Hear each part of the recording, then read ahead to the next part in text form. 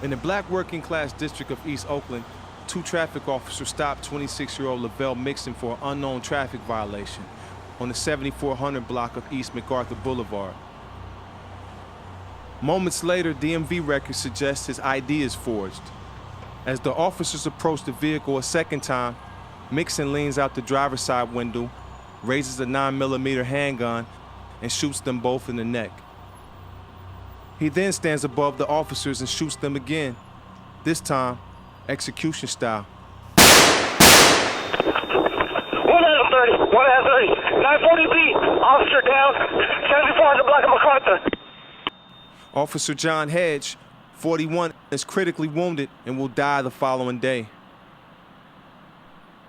Mark Dunnican, 40, dies en route to the hospital moments later. Mixon then flees on foot and runs to his sister's apartment a block away.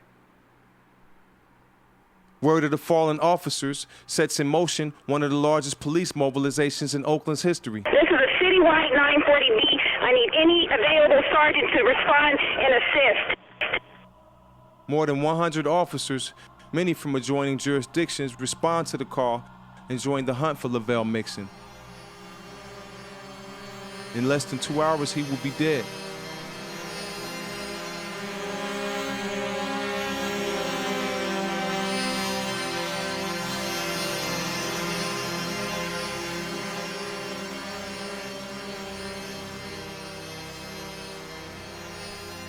My favorite nephew. I knew him ever since he was born. He stayed with us over in the city in San Francisco in the Fillmore until he had moved with his mom and grandma down south. We all reunited back when he was around 12 or 13. And, and he came back to California. Sometimes he would hang and kick it with me and my buddies and act like he's on the same age level. It wasn't like he was younger. He'd always been a more mature guy. Kind of thinks a lot too. Was ambitious. He always wanted the best things in life, just like anybody else would.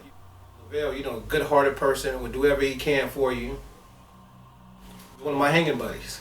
Fun-loving comedian. I like to remember him in them aspects.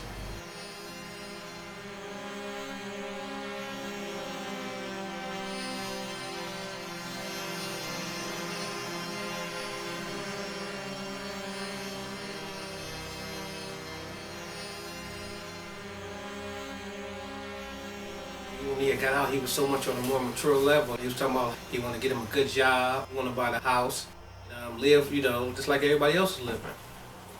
And the thing is, he's finding out as far as, while he's out, like having that felony on you, it's hard to get the jobs that you want. He's getting discouraged, and I said, I know it's discouraging. You got these felonies on your record. And you know how society is. Society don't give you another chance. And then, like I say, the parole officer, was pushing him. To the limit. It's where the parole officer had him waiting here daily for a whole week. He's waiting for the parole officer to come. He would never show up. He went down to go see the parole officer, and he said he's talking bad to Lovelle. Mixon shouldn't be out here on the street, this and that. Lovelle, he's shocked. He said because he can't believe he's talking to him like this, and he don't even know him. He's just now meeting him. And then after that, Lovelle told him, he told me, hey, I got my plumbing certification. He said, I just worked at Housing and Hayward last time I was out. He said, if you're not trying to help me get a job or whatever, he said, you don't really have too much to talk about. He said, because what you're doing to me is harassment. Lovelle said he had the nerve to turn around and mumble and write something down. He said, yeah, if you out long enough. And Lovelle said, what you say? And this and that, and he said him and had a couple words back and forth. And after that, he said, now he knew right then that, him and him, were due for hard times.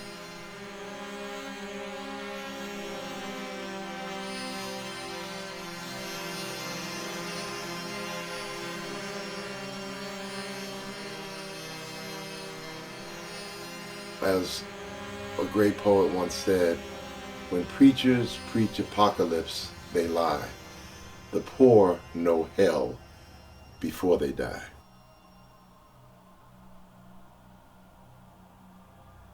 This prison industrial complex crap has turned living for the poor people just into a miserable existence, in and out of jail, You get arrested, you're on parole, they violate your parole for no reason sometimes. No reason.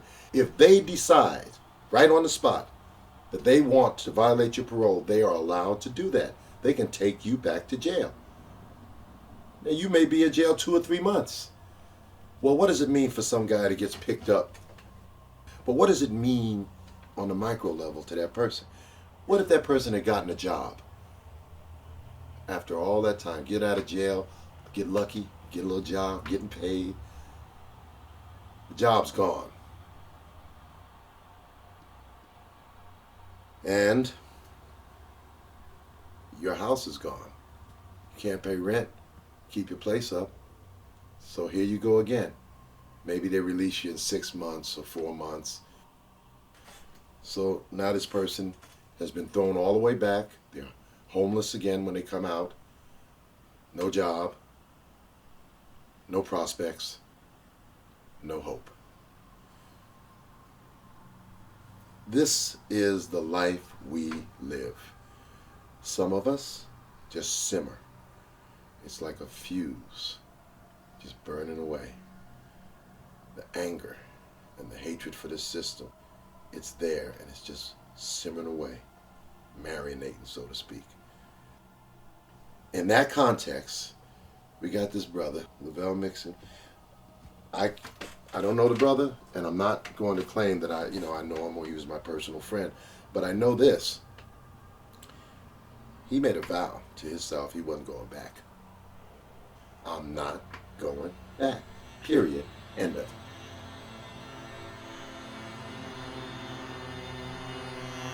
Officers establish perimeters around the immediate area while others begin to sweep the neighborhood.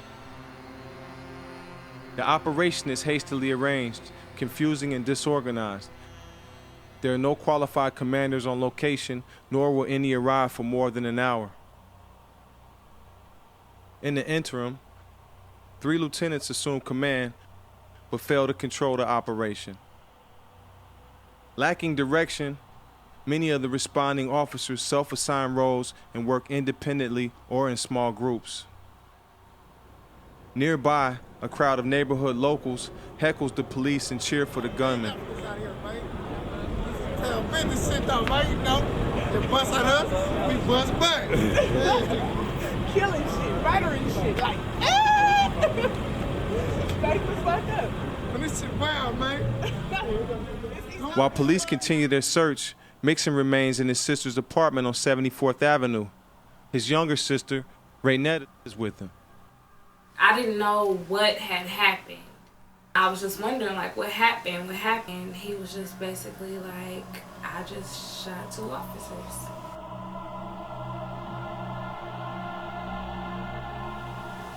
My brother never seemed afraid to me. He kind of was like, like, I just killed 2 officers. Not like, I just, down 2 cops, like, damn, like, this is what it had to come to.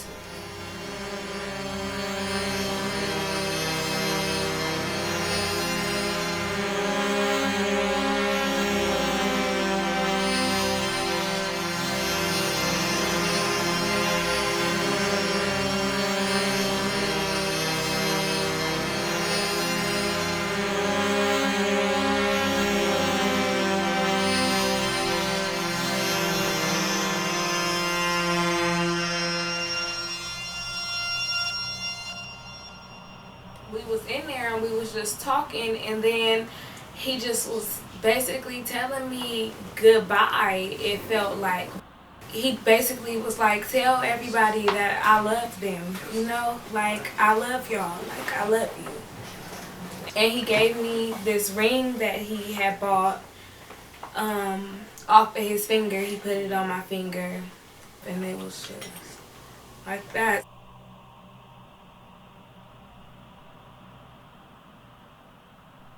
"15 minutes after his arrival, the self-assigned commander of the suspect search, Lieutenant Chris Mafara, receives information that Mixon is hiding in his sister's apartment on 74th Avenue. According to the records, he doesn't find the informant credible or believe that Mixon is in the building.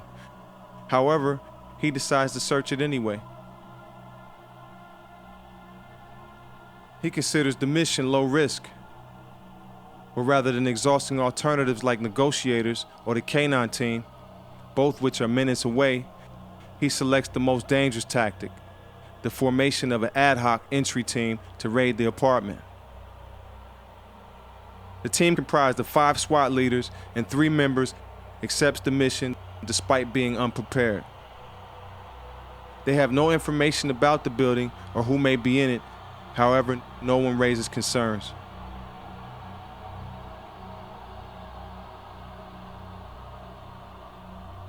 Two senior-level commanders arrive and meet Lieutenant Mufara and other senior OPD staff on the street. They receive corroborating evidence that Mixon is inside. But rather than assume command of the chaotic operation or stop the flawed plan, they give their consent. All right, 1601. I want to make sure that we have this apartment surrounded. Do we have people in back? The team enters the building. They fire flash bombs into the apartment as they enter. To their surprise, Raynette rushes out of the bathroom screaming. All of a sudden, I started seeing boom, boom, boom, boom, boom. I went to the front door. They said, put your hands in the air and announce that you're coming outside. And so I told them, and it's like right when I took my first step out of that gate, all I hear is ra ra ra ra ra ra ra ra ra ra ra ra ra ra. That's all. It's just like, that's just all I heard. Oh, fuck! Sit down, all sit down. Officer 940B.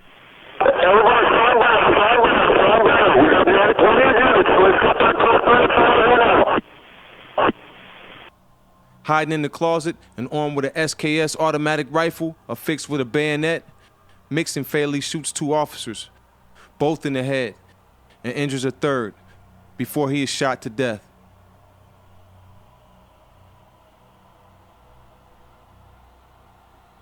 After the raid, the injured officers are rushed to the nearby Highland Hospital, where friends and families of the slain are waiting. Sergeant Daniel Sakai, 35, and Sergeant Irvin Romans, 43, are both dead upon arrival. A KGO news cameraman attempts to film the scene. Hey, get the fuck out of here! Get out of here! Get the fuck out of here! Go. I'm gonna ask you one time, guys. Go. No, you guys can't do this to me. Sir, look at what we're doing here, man.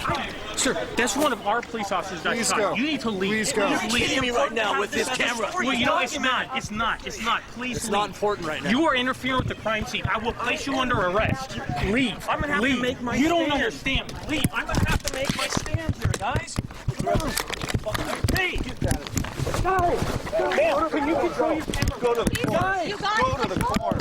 Can you control your cameraman? Hey, listen. Walk up there. And we asked him many times to Up there. Go. Please. We don't need. Where's the other? Walk up there. Where's the other half of my camera? I don't give a fuck. Walk up there. Sir, please. What do you have these guys? Would you leave? Just turn around and walk away.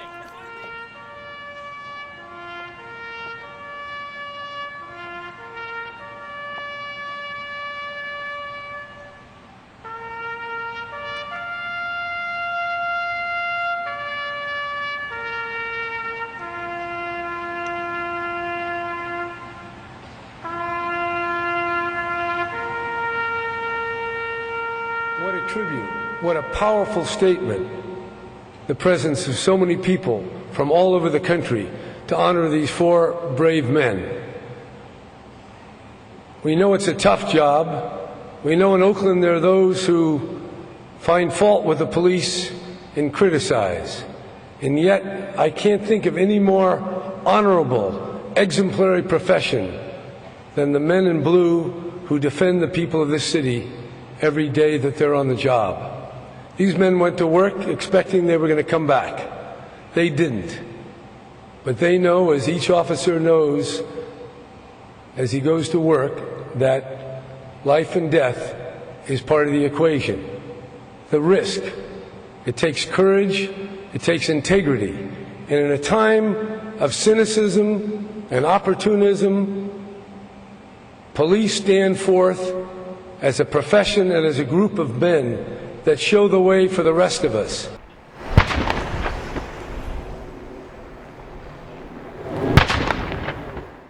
Organize that charade, trying to induce a sense of guilt, or, you know, a sense of, oh, the poor policemen. You know, they filled up the Oakland Coliseum with thousands of police supporters, mostly other cops. That's a political act. The narrative of the tragedy is a familiar one, in which the police are defined as heroes and Lovelle Mixon as the villain. Who have descended below the level of humanity. Don't you anymore? I'm sick of hearing it. Don't give me this hearts and flowers that blacks are picked on. You got a black president. You got a black attorney general. What more do you want? This country was not founded on slavery. This country wasn't founded on slavery. I didn't make one nickel off slavery. Scores of protesters supporting the cop killer. What is wrong with these people? This particular ex-fellow is killing 4 police officers. It is just unacceptable, period.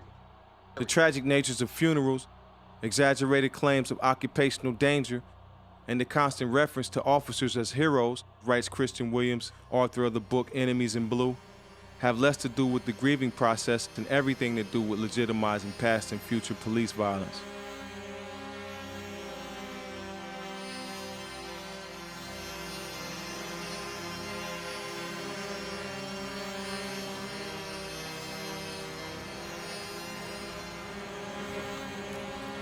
The modern U.S. police are the descendants of an older body called the slave patrols. Those patrols were militia organizations responsible for keeping slaves on the plantation and, more importantly, responding to or preventing slave revolts. As the country industrialized and urbanized, the slave patrols evolved and took on the characteristics of what we now recognize as a modern police force. In the 200 years since that time, the form of inequality has changed. From slavery to segregation to legal equality masking social inequality. But the role of the police has remained remarkably constant. The police developed to control poor people and people of color, and they are still on that job today. In a country where the police kill, on average, 364 people per year, nearly 1 a day, and where 35% of those people are black. When the cops shoot a young black man, it cannot be treated as an accident. When the cops kill people of color, that is simply the normal operation of a racist institution in a grossly unequal society. That's the job that the police are put there to do.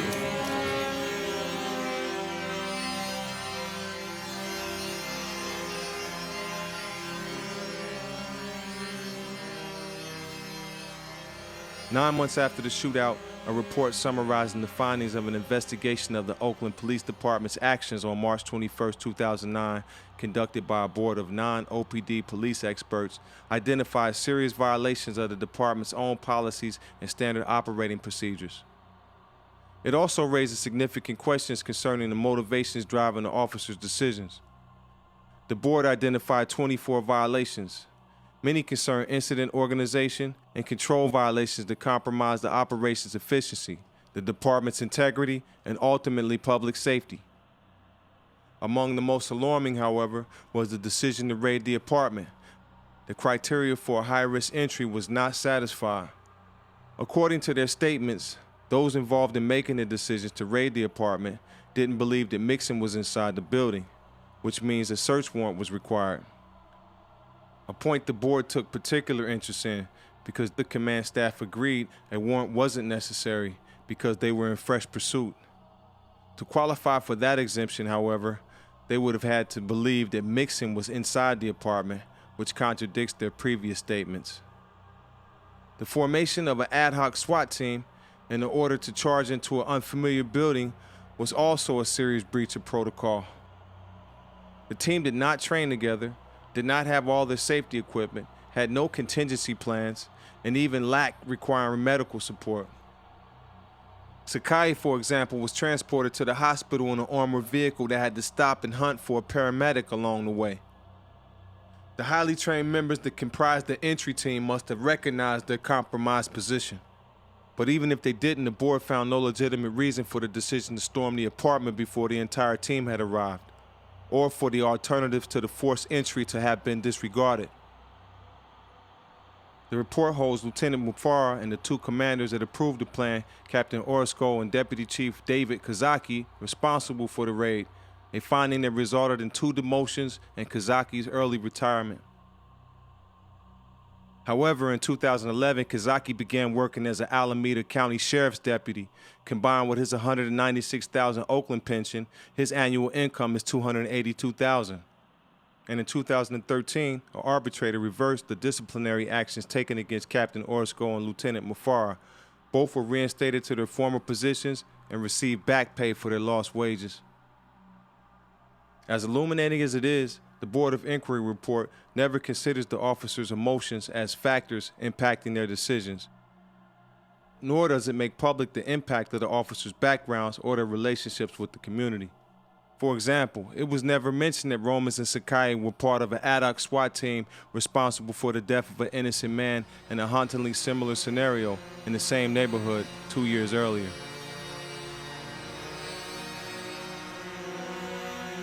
On May 19, 2007, motorcycle officer Kevin McDonald was shot in the chest by a driver during a traffic stop near Parker and MacArthur Boulevard. The 2 men in the vehicle fled in different directions and a search ensued. Hours later, a tip led the officers to the 2600 block of Parker Avenue, where an ad hoc SWAT team found the passenger of the vehicle, 22-year-old Jeremiah Dye, hiding in the crawl space under a house.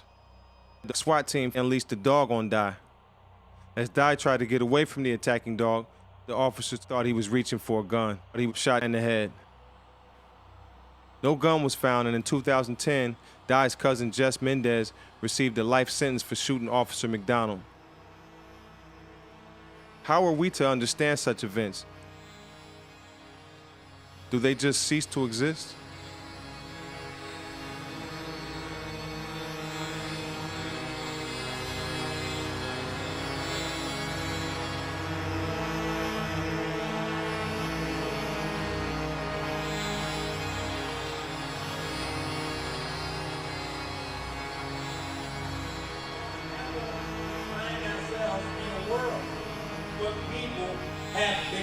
Separated from a knowledge of God, separated from a knowledge of self, separated from a knowledge of neighbor, then we find ourselves not loving our neighbors, but hating our neighbors, and we live in this kind of world.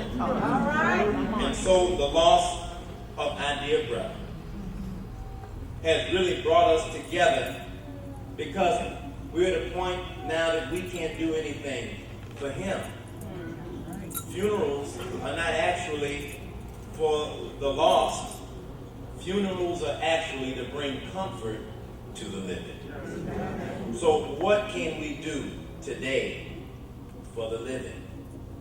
We brought in flowers that we might smell the sweetness of life. We bring in decoratives so that we might see and feel more comfortable. In a time like this, I'm so honored to be among the family and pastors that have gathered together to show love to a family that is suffering, a family that is grieving, a family that is enduring the very natural pain of loss. But we're here to say to them that we love them, that we would not allow anyone, anywhere to turn our love away from them. Because in this kind of hour, where there are enemies all about us, then this is the time for family and community and righteous people to show the real loving concern that we have all come to show.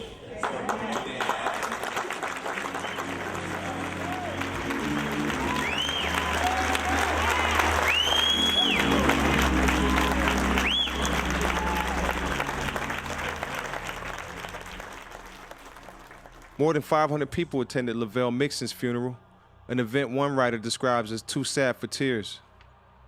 What does it say about society, she later asked, that for some death and violence are so common that tears won't come anymore? There was something behind his pain. There was something behind his anger. There was something behind his frustration and his fear. There was something there. And there certainly was a human being. And that was a brother who shouldn't have lost. What does it say about society when tears no longer come? When death is a seething presence and life becomes invisible, like a ghost, the echo of a scream.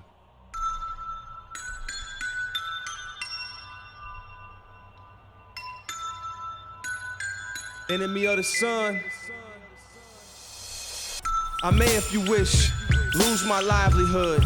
I may sell my shirt in my bed. I may work as a stone cutter, a street sweeper, a porter. I may clean your store or rummage your garbage for food.